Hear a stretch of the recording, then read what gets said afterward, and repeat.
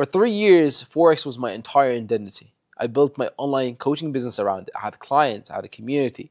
I was making money from it. People knew me as a Forex guy. People relied on me to make money from trading. SubhanAllah, that all changed very quickly. People were confused. Why? They didn't understand it. And it wasn't because I didn't make money. It's not because I failed. It's not because I found a different opportunity.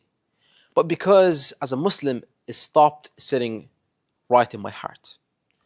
And today, I wanted to share you guys my story for you guys to understand why I've decided to make the decision that I made. And because of that decision, I have what I have today, alhamdulillah. So, subhanAllah, I was coming back from Libya at the time when I was 17 years old. And at that time, I was actually homeless for a while, for about 6 months, where, I didn't have, a home for a while. I was jumping from house to house, my cousin's house, to my, granny's house. And I didn't really have a place to go. And I was very desperate. I left school as well. I fell out in terms of the concept of typical education in the West. And I wanted to build a different path. And my dream at the time was actually to become a personal trainer. And funny enough, I decided to go and become a pizza chef, all right, and start making pizzas. And from the other YouTube video that you guys probably have watched, you've probably know or seen that that didn't work out to the best that I thought it would be, so to speak. And subhanAllah, I've met a guy in my city who I heard he was making money using this online thing called trading, Forex market, exchange.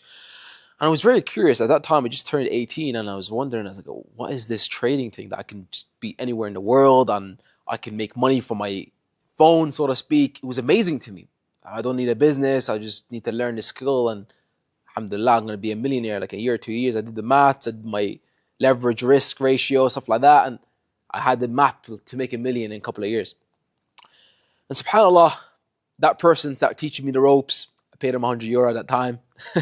He didn't have any clients. I was his first client since he was some sort of a friend in my circle.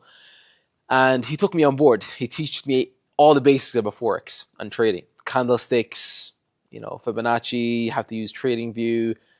If you're a trader, you know exactly what I'm talking about. And I started learning the fundamentals of trading. And subhanAllah, I started falling in love with it. I loved it.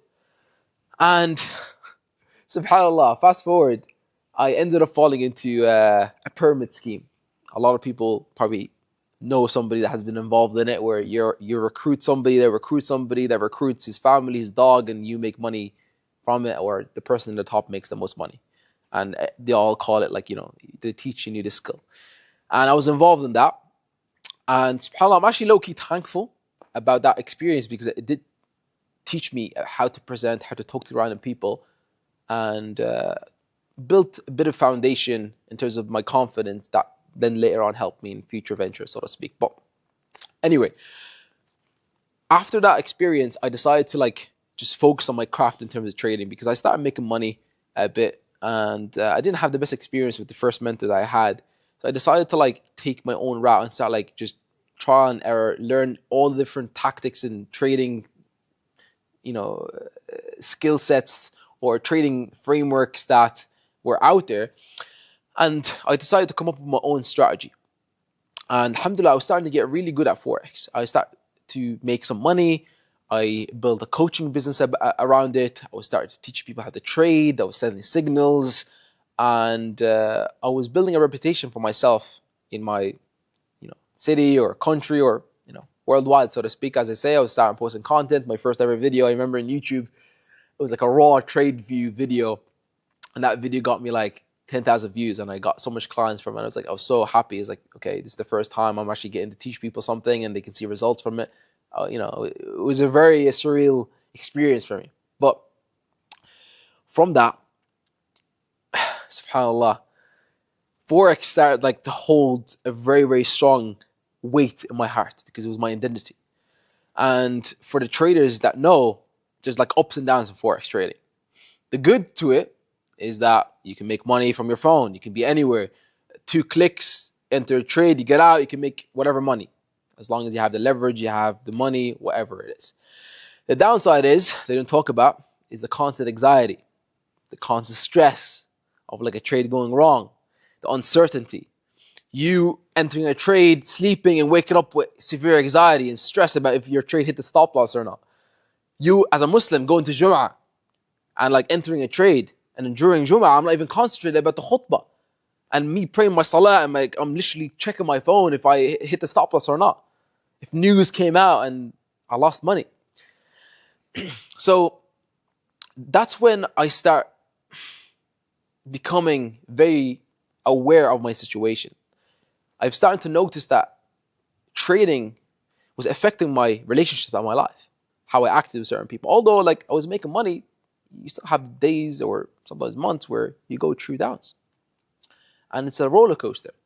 And as a Muslim that's going to Jum'ah, trying to focus on your deen, it's very hard for you to do that when you're in constant anxiety in terms of trading and you have a responsibility over your shoulders with people that are taking your signals and you're taking direction, and if you lose, they lose, and it's just a heavy burden to carry.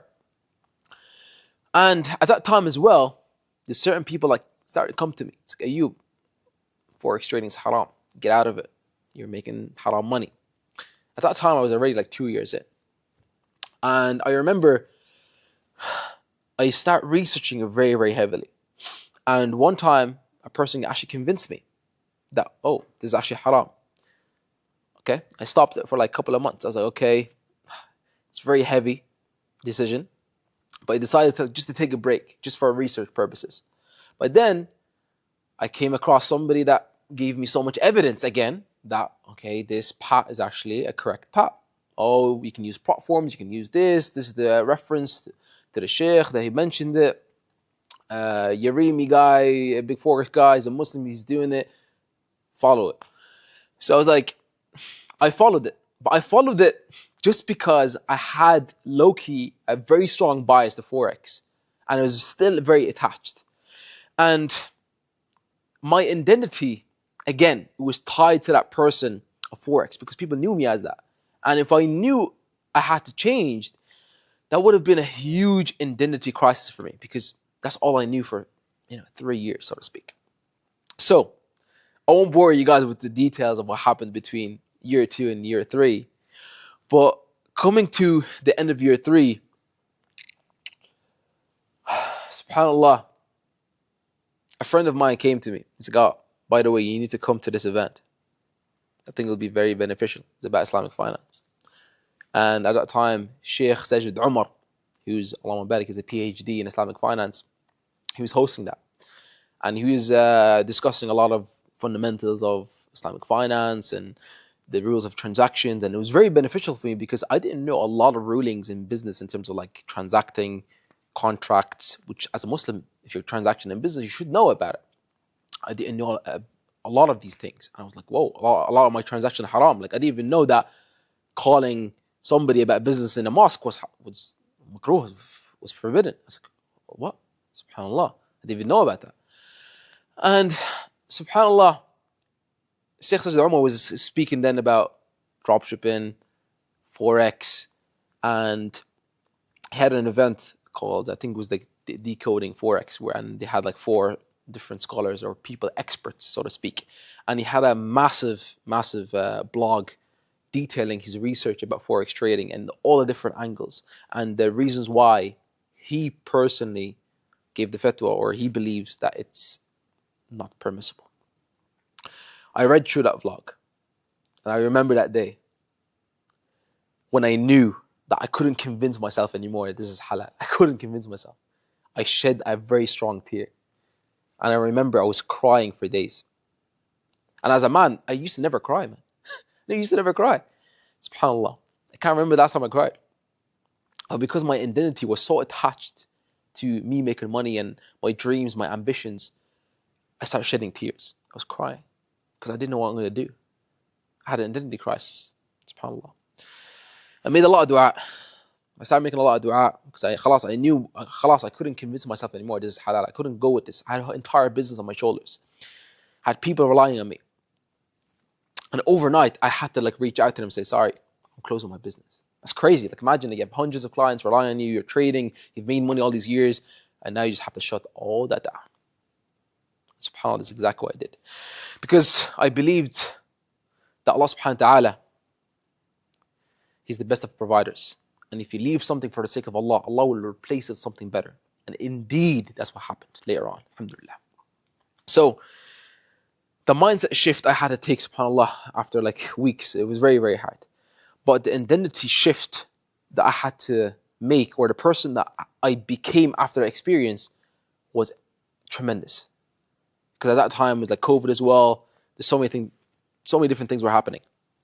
So the identity shift that happened really grew me in a massive way, because I matured emotionally, and I was actually ready now to detach myself from any outcome that could lead to me having another gray area or resulting me to make haram money anymore. Alhamdulillah, this experience actually got me closer to Allah subhanahu wa ta'ala. I start seeking knowledge more.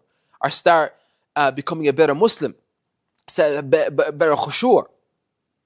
And I was very aware now of like what's halal and haram. And I wanted to be very careful of where my money was coming from. And subhanAllah, because I left that experience, or left that life for the sake of Allah, Allah has opened up His doors. And this is the reason why, alhamdulillah, I'm at where I'm at today. Alhamdulillah.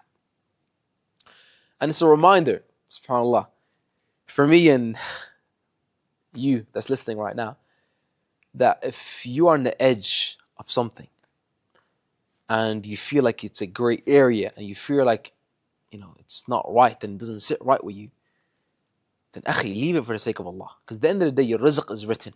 Everything. Your marriage, how much money you're going to make, everything is written, akhi. So it's either you're going to make it in a halal way or a haram way. But you choose, akhi. You're going to choose. You choose to be a drug dealer, make $1 million being a drug dealer, or make $1 million being a halal way. So, I want to conclude from today's video that, again, if you're going to leave something for the sake of Allah, be certain that He shall replace it with something better, inshallah. So, if you guys want to see more videos, inshallah, just make sure you drop a comment, like, and subscribe, inshallah. And if you feel like this video needs to be seen by somebody that you know in your circle, then please share with them as well, and share the value and benefit with Allah subhanahu wa ta'ala. Anyway, I'll leave you guys to it. Assalamu alaikum wa rahmatullahi wa barakatuh.